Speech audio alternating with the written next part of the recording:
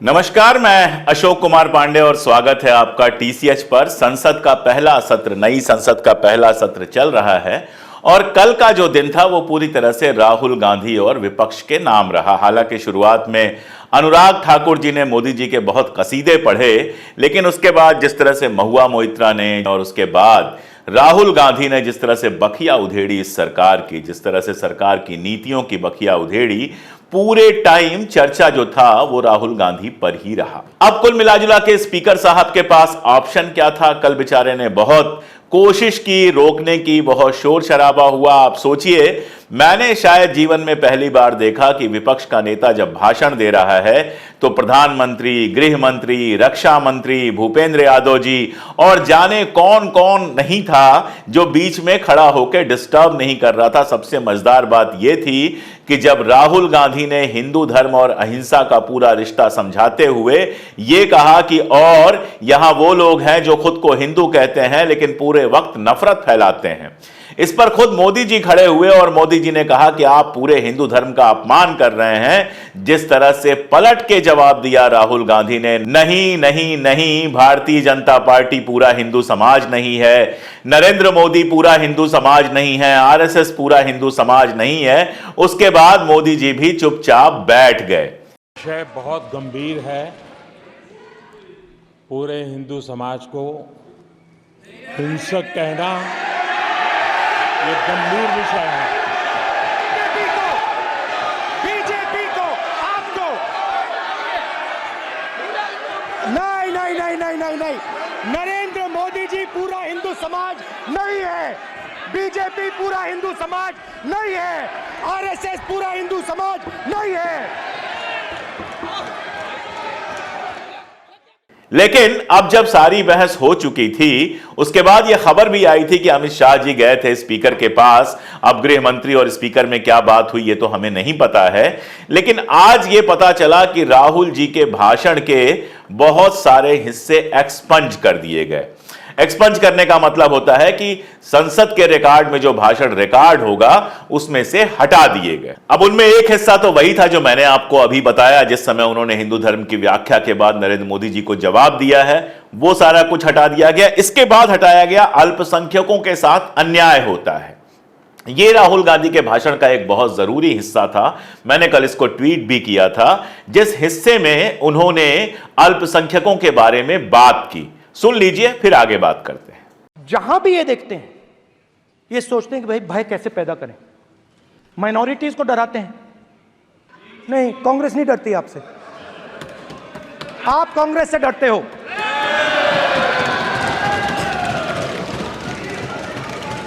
हिंसा, नफरत माइनॉरिटीज के खिलाफ, मुसलमानों के खिलाफ, सिखों के खिलाफ, क्रिश्चियंस के खिलाफ। और माइनॉरिटीज ने क्या किया? माइनॉरिटीज ने क्या किया? हर स्फीयर में हिंदुस्तान को रिप्रेजेंट करते हैं, नाम रोशन करते हैं। पत्थर जैसे हिंदुस्तान के साथ एक साथ खड़े हैं,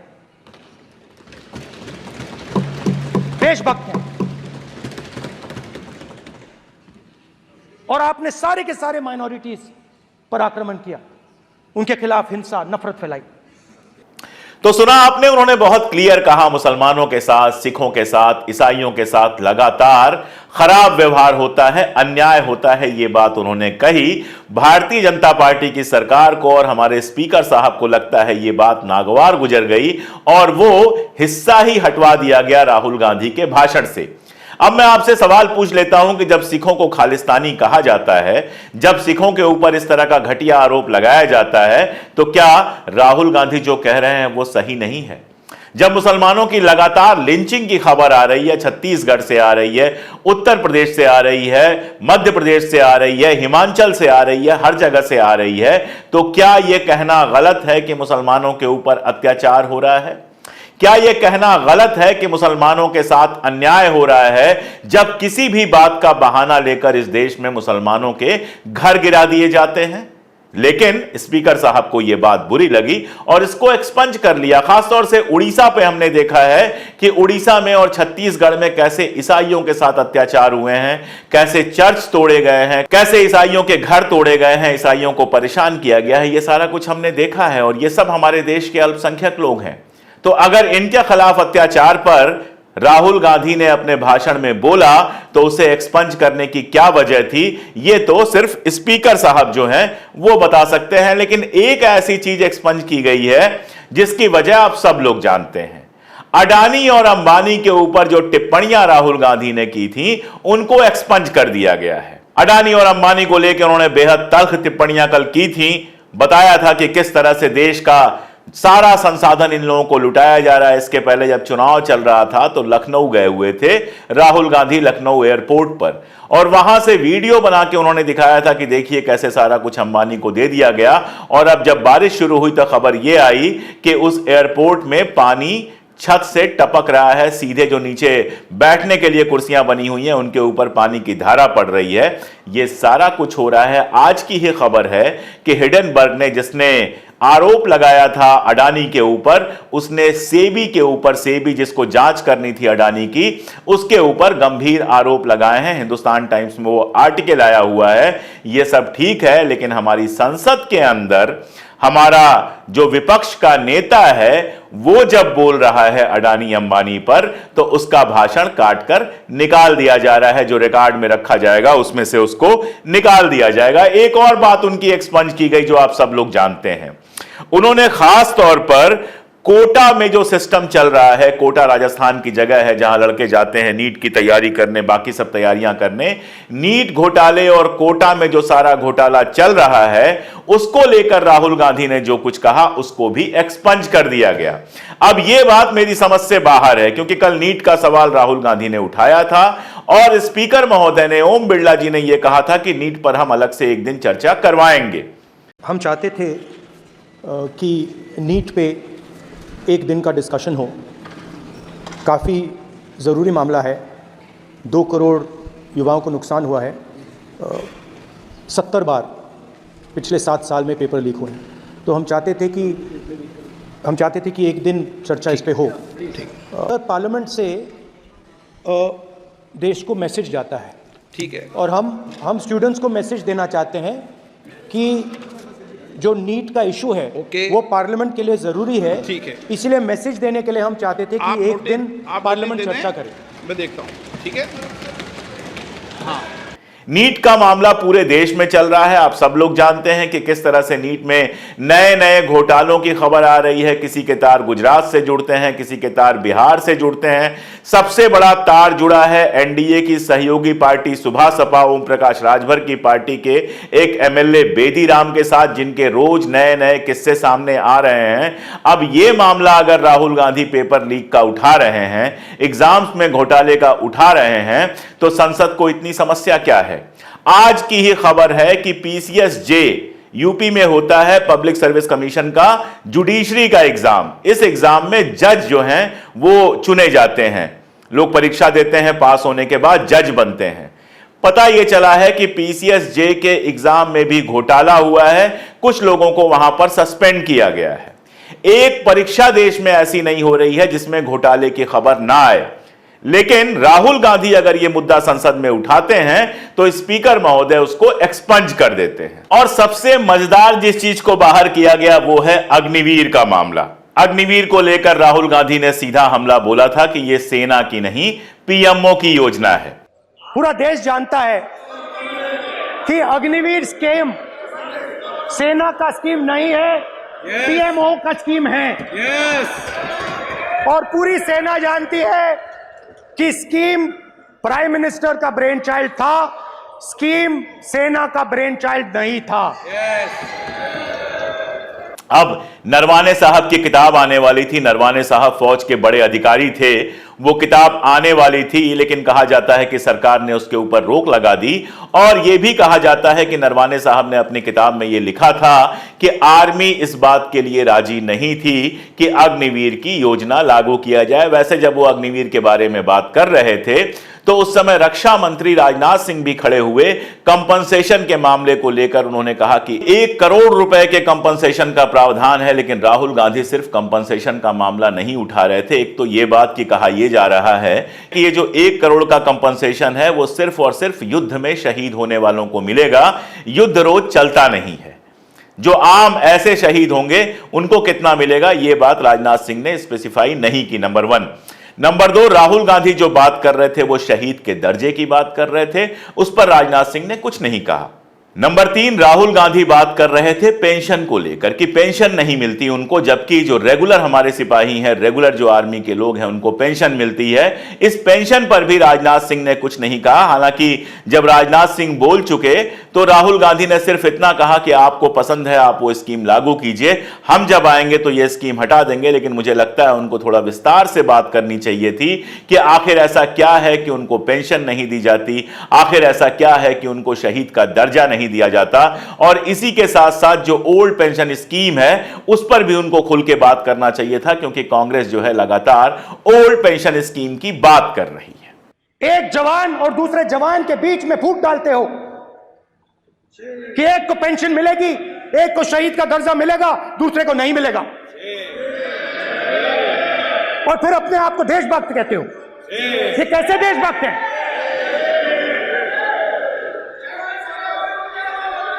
फिल्म स्टार जैसी फोटो थी उस लड़के की, फिल्म स्टार, बॉलीवुड स्टार की फोटो थी। मैं सोच रहा था देखो इस युवा ने जान दी। स्पीकर सर,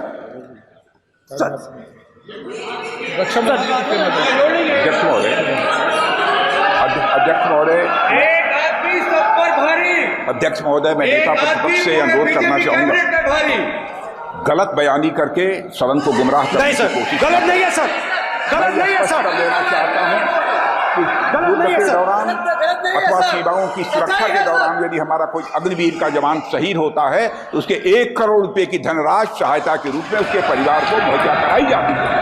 इस प्रकार की गलत बयानी से सदन को गुमराह करने की कोशिश नहीं की जानी चाहिए। संसद महोदय, अध्यक्ष। स्पीकर सर, स्पीकर साहब देखिए, स्पीकर साहब देखिए, राजनाथ सिंह जी की एक राय है, मेरी एक राय है। सच्चाई अग्निवीरों को मालूम है, हमें बोलने की जरूरत नहीं है। अग्निवीर को किस चीज का सामना करना पड़ता है, शहीद का दर्जा मिलता है या नहीं मिलता है, कॉम्पनसेशन मिलता है नहीं मिलता है, पेंशन मिलती है नहीं मिलती है, वो उसको मालूम है। पॉइंट ऑफ ऑर्डर है माननीय।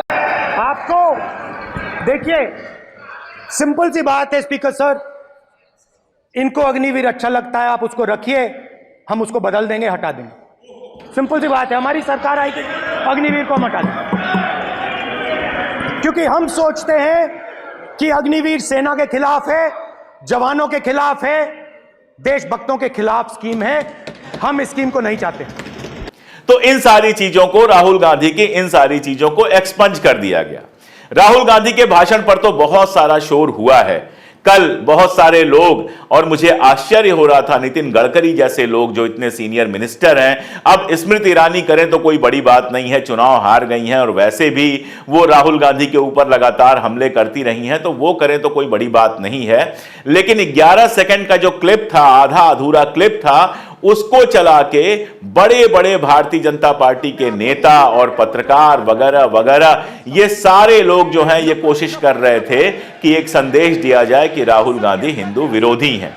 लेकिन कल का मामला दूसरा था और आज का मामला दूसरा है।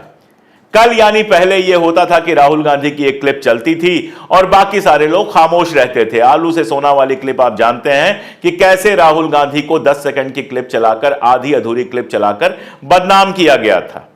आज कंडीशन यह है कि जितनी क्लिप्स उन्होंने शेयर की है, अगर आप जाके देखेंगे तो उसके कोट रिट्वीट में या उसके जवाब में राहुल गांधी का पूरा जो 1.5-2 मिनट का भाषण है, उसकी हजारों लाखों क्लिप्स जो हैं वो ट्विटर और फेसबुक पर लगातार पसर रही हैं। आज जनता अच्छी तरह से जान चुकी है कि हकीकत क्या है। चाहे सुशांत सिन्हा या सुधीर जैसे लोग कितना भी फैक्ट चेक करने की कोशिश करें, हालत यह है कि तौलीन सिंह जी, जो आमतौर पर मोदी जी के साथ खड़ी होती हैं, राहुल गांधी को पसंद नहीं करती हैं, उन्होंने आज लिखा कि यह यूजुअल तो नहीं है, आमतौर पे मैं ऐसा नहीं करती, लेकिन राहुल गांधी ने हिंदू धर्म का अपमान नहीं किया है। वो ट्वीट आप पढ़ पा रहे होंगे। तो हालत यह है कि अब मोदी जी का और उनकी पार्टी का और आईटी सेल का जो झूठ है वो अपने ही लोगों के बीच में स्वीकार्य नहीं है। विषय बहुत गंभीर है। पूरे हिंदू समाज को हिंसक कहना ये गंभीर विषय है। बीजेपी को आपको नहीं, नरेंद्र मोदी जी पूरा हिंदू समाज नहीं है, बीजेपी पूरा हिंदू समाज नहीं है, आरएसएस पूरा हिंदू समाज नहीं है। अब मजेदार बात आप सोचिए और सुनिए। शाहनवाज हुसैन साहब, जिनको किनारे कर दिया गया है, ना एमपी का टिकट मिलता है, ना एमएलए का टिकट मिलता है, मंत्री बनना तो दूर की बात है, वो शाहनवाज हुसैन साहब जो हैं वो हिंदू धर्म की चिंता कर रहे हैं। उनको हिंदू धर्म की चिंता है कि राहुल गांधी ने हिंदू धर्म का अपमान कर दिया। अरे शाहनवाज साहब, कभी तो मुसलमानों की चिंता कर लीजिए, कभी तो सवाल पूछ लीजिए कि आखिर मध्य प्रदेश में 11 लोगों का घर क्यों गिरा दिया गया, आखिर छत्तीसगढ़ में, आखिर हिमाचल में, आखिर यूपी में, आखिर राजस्थान में इस तरह की घटनाएं लगातार क्यों सामने आ रही हैं मुसलमानों के खिलाफ। जरा अपनी चिंता भी कर लीजिए। हिंदुओं की चिंता करने के लिए तो इस देश में बहुत सारे हिंदू हैं, लेकिन अब शाहनवाज हुसैन साहब क्या करें, जो ऊपर से आदेश आएगा वो पालन करना पड़ेगा। लेकिन मजेदार बात यह है कि इस बार इस ट्रोलिंग का, इस दुष्प्रचार का कोई खास असर नहीं पड़ रहा है। दैनिक भास्कर जैसे अखबार ने भी 2 कॉलम में छापा, 2 रोज में छापा, और एक रो में प्रधानमंत्री की अगर बात की तो दूसरे रो में वही कहा जो राहुल गांधी ने कहा था। यानी पढ़ने वाला साफ साफ समझ जाएगा कि राहुल गांधी के ऊपर जो आरोप लगे हैं गलत है। लेकिन सबसे मजेदार, अगर किसी ने छोटा सा भाषण था लेकिन बहुत मजेदार भाषण था, वो था महुआ मोइत्रा जी का। महुआ मोइत्रा जी को पिछली बार संसद से निकाल दिया गया था, निष्कासित कर दिया गया था। इस बार जैसे उन्होंने चुन चुन के बदला लिया। उन्होंने कहा कि आपने एक मेरी सीट कम की थी, आपकी 63 सीट्स कम हो गई। और उन्होंने बताया, मोदी जी उठ के जा रहे थे शायद, तो उन्होंने कहा कि मोदी जी, आप हमारे क्षेत्र में 2-2 बार आए थे, अब इस समय कम से कम रुक लीजिए और सुन लीजिए, वो वीडियो देखिए, वो वीडियो बेहद मजेदार है। You came to my area twice during the campaign, sir. आज तो सुन के जाइए, sir. Never mind, my bad luck. The last time I stood here, I was not allowed to speak. I was not allowed to speak. But the ruling party has paid a very heavy price for throttling the voice of one MP. मुझे बैठाने का चक्कर में जनता ने आपके 63 सदस्यों, 63 जन को परमानेंटली बैठा दिया। You have gone down from 303 to 240. और इसके बाद भी महुआ मोइत्रा जी ने हमला करना नहीं छोड़ा। महुआ मोइत्रा जी लगातार वो इलाके गिनाती रही जहां मोदी जी गए थे, और जहां भारतीय जनता पार्टी की हार हुई थी। बंगाल के इलाके गिनाए, महाराष्ट्र के इलाके गिनाए। महाराष्ट्र पे याद ये आया कि महाराष्ट्र में भारतीय जनता पार्टी और जो एनडीए है उसकी हार का असर ये हुआ है कि आज एक पोस्टर वायरल हो रहा है ट्विटर पर, जिस पोस्टर के सेंटर में मुख्यमंत्री हैं और दोनों उप मुख्यमंत्री हैं, फडणवीस साहब हैं और अजित पवार हैं। जो मोदी जी हमेशा हर चुनावी पोस्टर के सेंटर में हुआ करते थे, उनको एक किनारे में रख दिया गया है। एक किनारे में बाला साहब ठाकरे और एक किनारे में मोदी जी के बगल में अमित शाह जी। यानी महाराष्ट्र के एनडीए को समझ में आ गया है कि मोदी जी के नाम पर वोट नहीं मिलने वाला है। तो कल की संसद की कार्यवाही, आज अखिलेश जी को बोलना है और आज जाहिर तौर पे सबसे आखिर में प्रधानमंत्री बोलेंगे। सबकी निगाहें रहेंगी कि प्रधानमंत्री क्या बोलते हैं, लेकिन सब जानते भी हैं कि प्रधानमंत्री क्या बोलते हैं। सवालों के जवाब वो देते नहीं, हमले बहुत तीखे करते हैं। वो हमले करेंगे, लेकिन आज होगा ये कि जब वो हमले करेंगे तो विपक्ष की तरफ से भी उतना ही शोर होगा जितना राहुल गांधी के बोलते समय उधर से शोर हो रहा था। अब संसद की ये जो पहली बैठक है, इस बैठक में अब चाहे मोदी जी जो कुछ बोल लें, अब चाहे मोदी जी जितना भी हमला कर लें, लेकिन एक हकीकत सामने आ गई है कि मजबूत विपक्ष के सामने उनके लिए दिक्कतें ही दिक्कतें हैं। जो ओम बिरला जी पहले दिन चुप रहो बैठ जाओ कर रहे थे, कल पूरे दिन बड़े बेचारे मजबूर टाइप के दिखाई दिए और ऐसे ऐसे सवाल उनसे पूछे गए जो उनके लिए भी मुश्किल पैदा करने वाले थे।